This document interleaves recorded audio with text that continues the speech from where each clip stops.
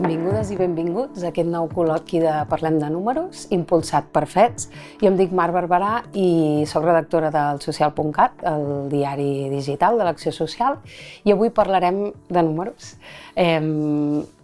Us presentem les persones que ens acompanyen i aquí tenim el Xender, que ell ve d'Actua. Correcte, Actua és una cooperativa d'iniciativa social sense afany de lucre que vam fundar ja ara, fem el 20 aniversari, el 2006 vam començar amb aquesta aventura i és una cooperativa que a poc s'ha anat fent gran i ara està composada per més de 100 sòcies i estem repartida pel territori de Catalunya en diferents projectes, tots d'atenció a les persones. Gràcies. També tenim aquí amb nosaltres a l'Emília, de la Fundació Formació i Treball. Si ens expliques una mica, benvinguda. Doncs la Fundació Formació i Treball va néixer en 1992, promoguda per Càritas Diocesana de Barcelona, i es dedica a la inserció laboral de persones en risc d'exclusió social que tenen importants dificultats a l'hora de trobar feina i incorporar-se al mercat laboral. Llavors, des de la Fundació, impulsem diferents activitats per incorporar a aquestes persones en risc d'una situació vulnerable. I aquí tenim a la Rita, de Punt de Referència. Rita, bon dia. Sí. Molt bon dia, Mar. Benvinguts tots. Doncs l'associació Punt de Referència som una associació sense afany de lucre.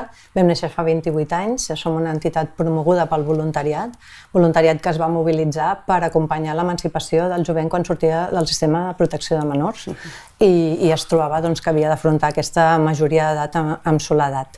Som una entitat amb voluntat transformadora. El nostre voluntariat va buscar promoure un model d'intervenció diferent que fins ara no feia servir ningú, que és la mentoria, i posant persones voluntàries acompanyant aquest jovent en el seu dia a dia. Molt bé, gràcies, Rita. Bé, i de fet, amb totes elles volem parlar de les finances ètiques, no? Fins a quin punt, es tracta que us expliqueu una mica la vostra experiència, però primer volia fer algunes pinzellades amb, dos números de xifres, val? Mireu, segons l'informe de l'accés i l'ús de les finances ètiques per part de l'economia social i solidària, el 70% de les cooperatives i entitats d'economia solidària tenen algun tipus de servei amb aquestes finances, val? Però aquest percentatge baixa bastant, fins al 54%, quan parlem del tercer sector, que som vosaltres.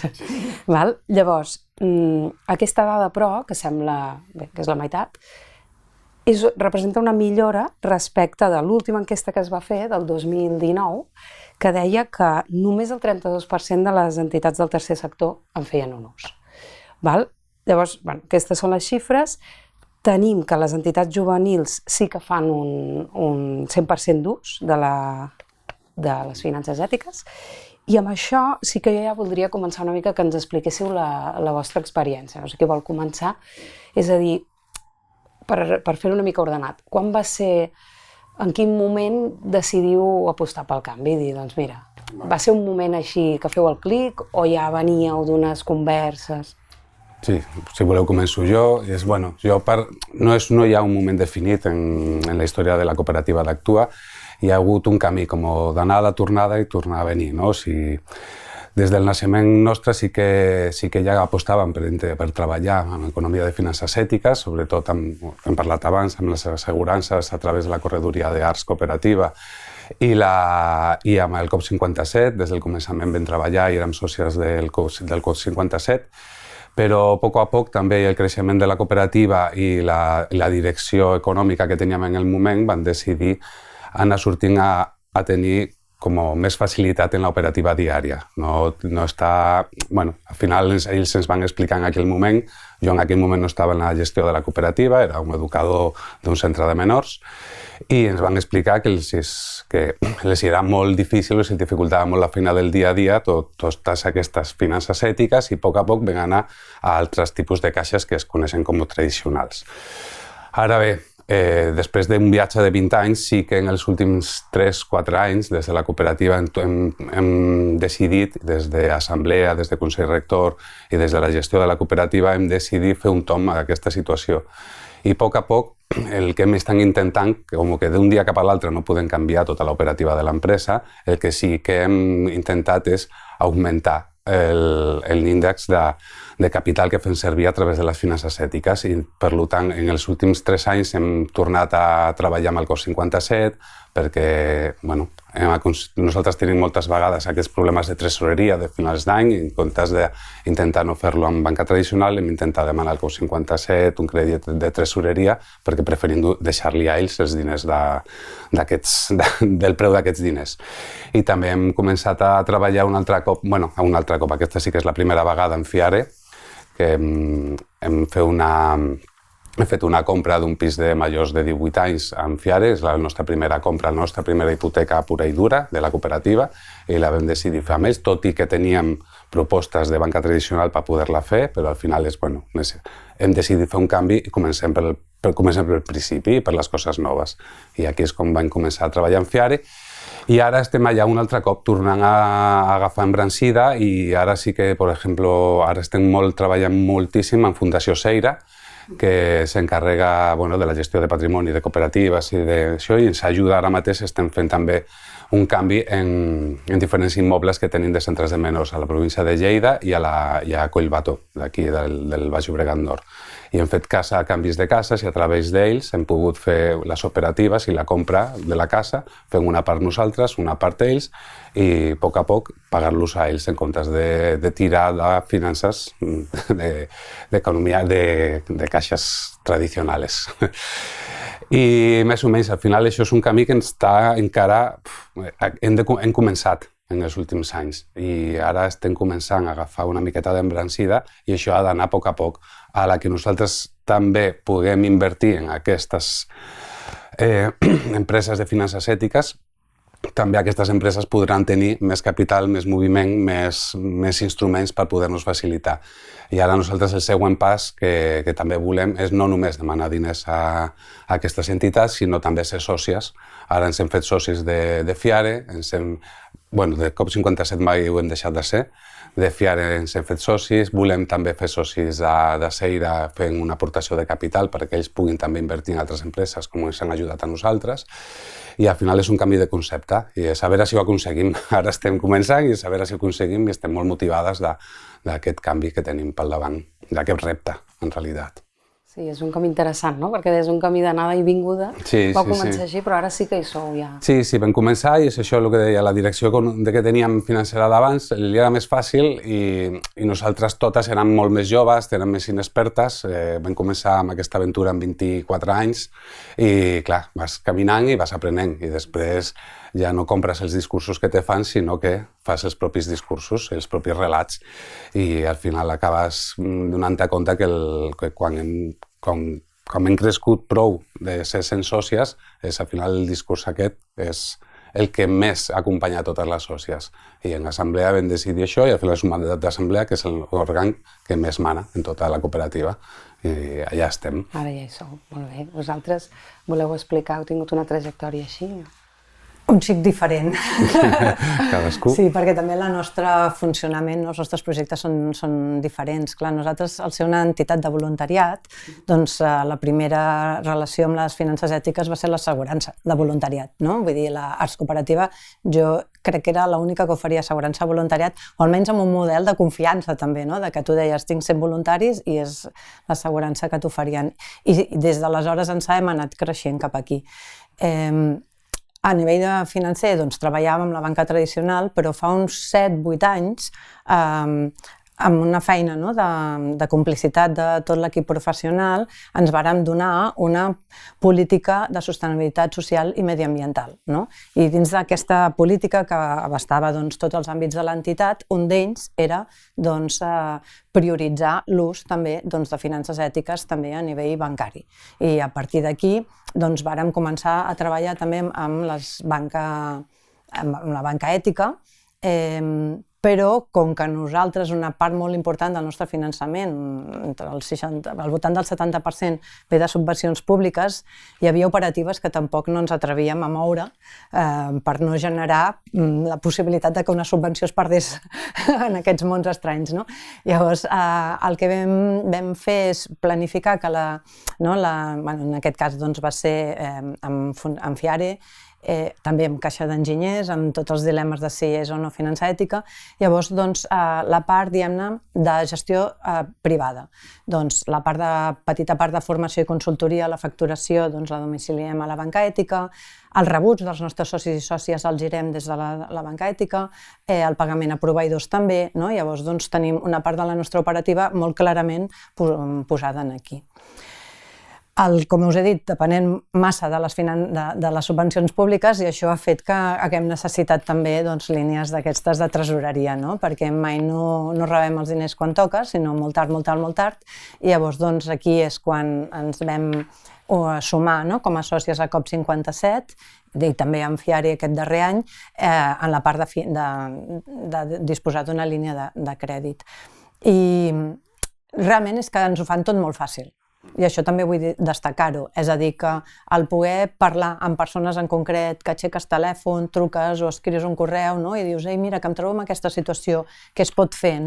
I que et busquin solucions, que t'ajudin a trobar-les, que si dius és superurgent, doncs que també es posin les piles. Clar, això no té preu. No té preu per una microentitat com som nosaltres, que no tenim un servei de finances, som molt poca gent fent-ho tot, i per tant aquí tenir la proximitat que també ofereixen, inclús el tracte humà, jo el destaco sempre, inclús amb les assegurances, ostres, que hi ha hagut una inundació en un dels pisos, la gent se'n preocupen i et diuen, ja ho tens solucionat, tal.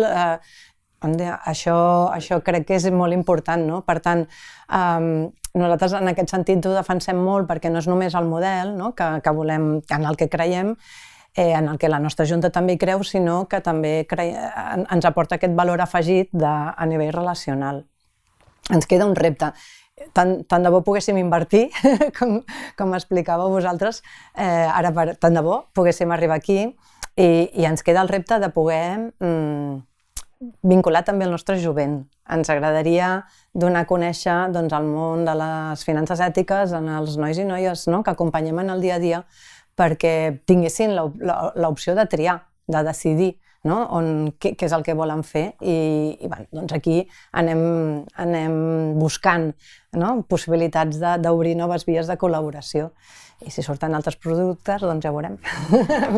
De fet, també us volia preguntar si us vau sentir acompanyats, però ja em dius que sí a l'inici, i suposo que també entenc actualment. Sí, nosaltres vam apostar des de l'inici per a l'impacte social i perquè és això, que el valor del diner que és social. Llavors,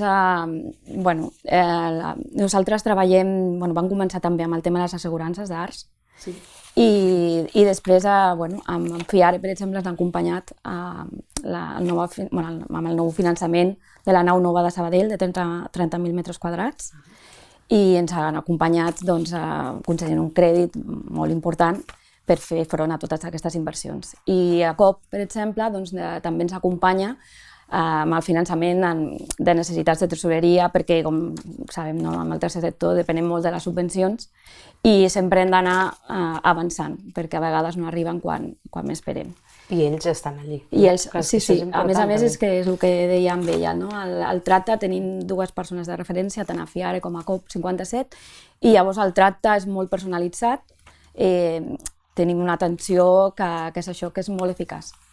Per exemple, en el cas de les inversions, el finançament que hem hagut de fer a la nau de Sabadell, des de l'inici el procediment era molt clar. Havíem de fer unes disposicions que havien d'enviar una documentació de proveïdors, o sigui, factures, normalment factures o pressupostos, i fèiem la disposició i gairebé el dia següent teníem els diners disponibles al compte i podíem fer front al pagament de la inversió. O sigui, ha sigut molt senzill. I ha sigut un canvi. I ha sigut un canvi molt... Sí. I a més, és que estem molt contents amb l'operativa.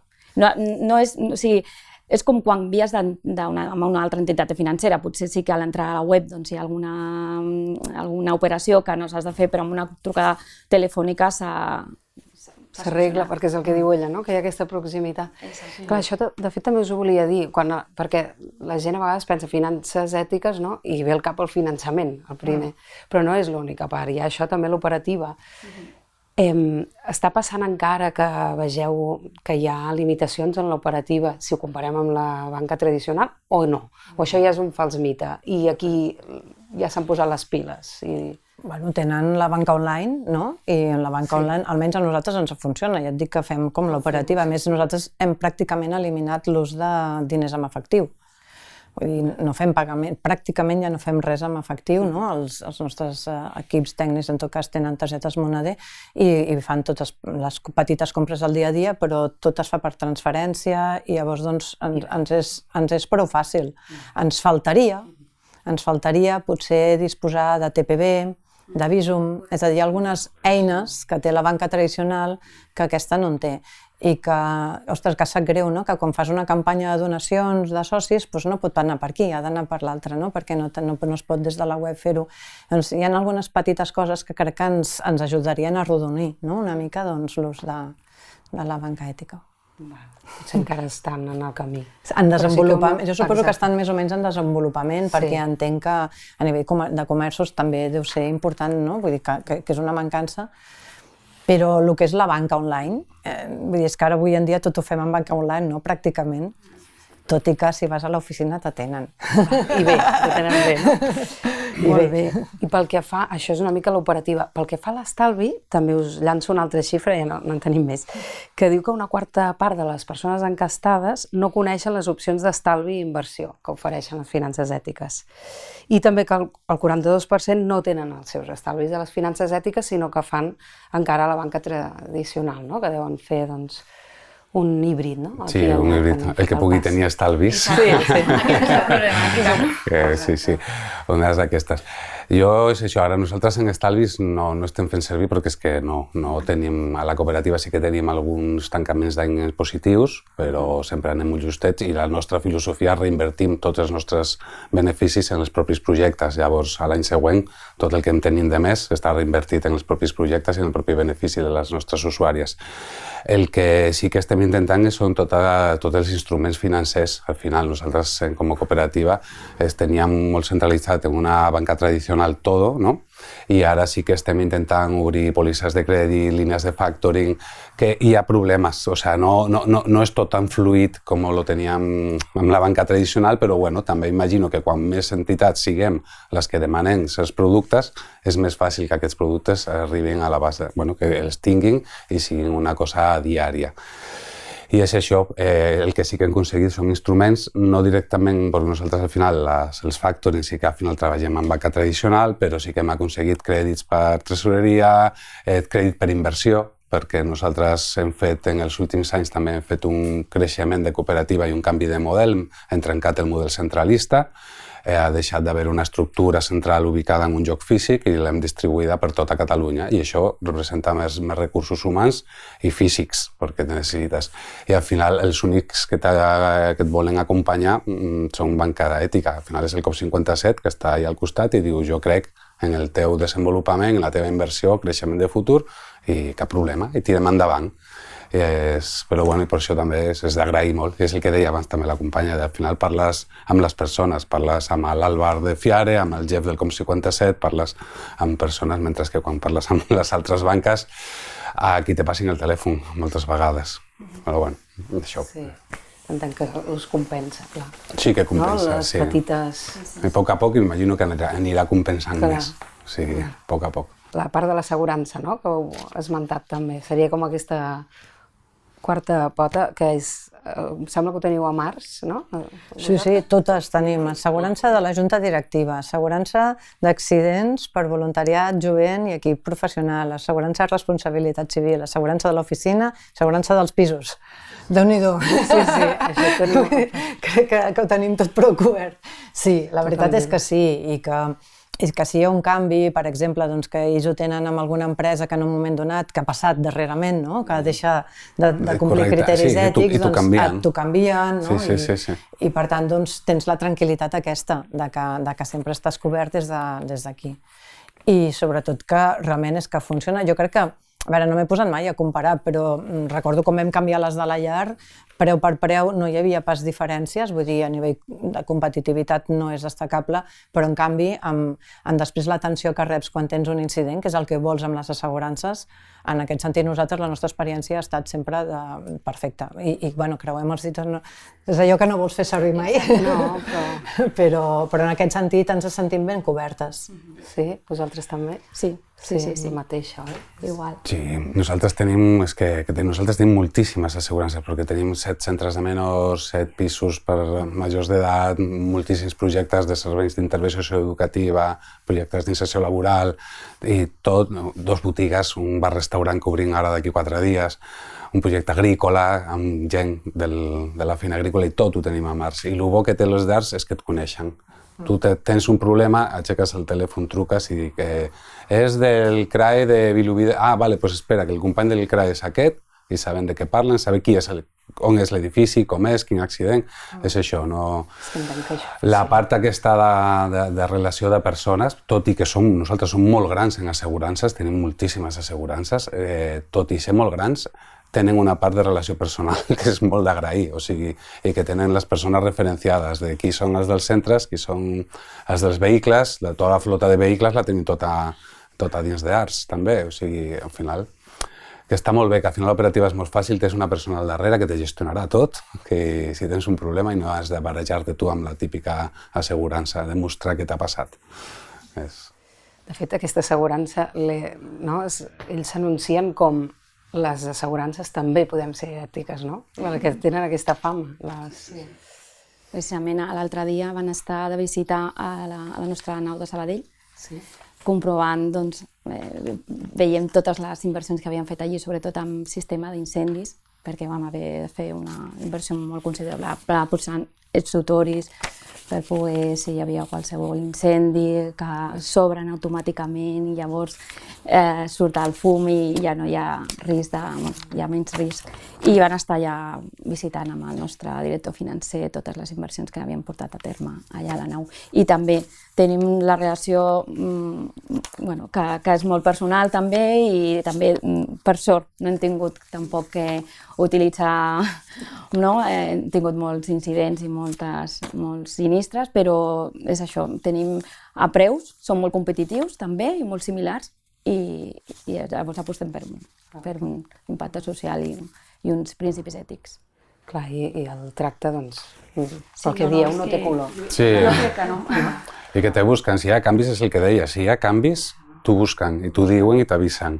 Si em dones el permís per canviar-te de la companyia d'asseguradora, que passem d'aquesta a aquesta per aquests motius, tira endavant, poso el segell i fes-ho, sisplau, i gràcies. És això. Teniu la confiança. Exacte, és just el que anava a dir ara.